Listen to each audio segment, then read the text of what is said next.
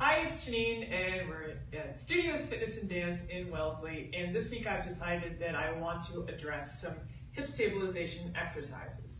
It just so happens I have a lot of clients right now that are in need of hip stabilization and who isn't in need of hip stabilization. So I'm going to show some of my favorite ways of getting that accomplished.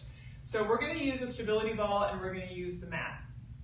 The difference in shape or sizes of the stability ball is why I have these two here. There's going to be greater demand on the hips to stabilize the larger the ball.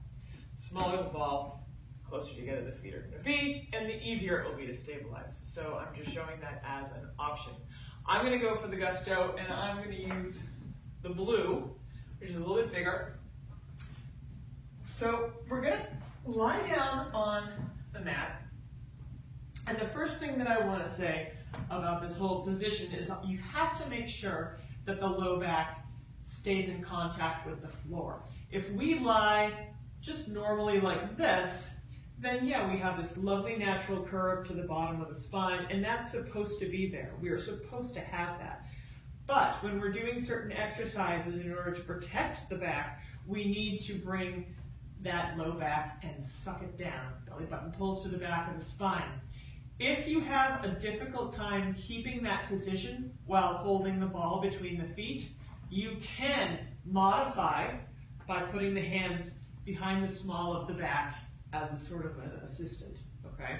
So you have to decide whether you can control that or not. That is the #1 rule, low back stays on the floor. So I'm going to put the ball between the ankles, and I'm going to come down to about 45 degrees. Low back is on the mat, head is down, and I'm going to just stabilize. And I'm squeezing the ball, and I'm holding my legs straight, and I'm going to count maybe to 10, 1, 2, etc., etc., shaking, shaking, work, awesome, that's about 10. Now, the next way I want to do this is, we were sideways, now I want to go this way.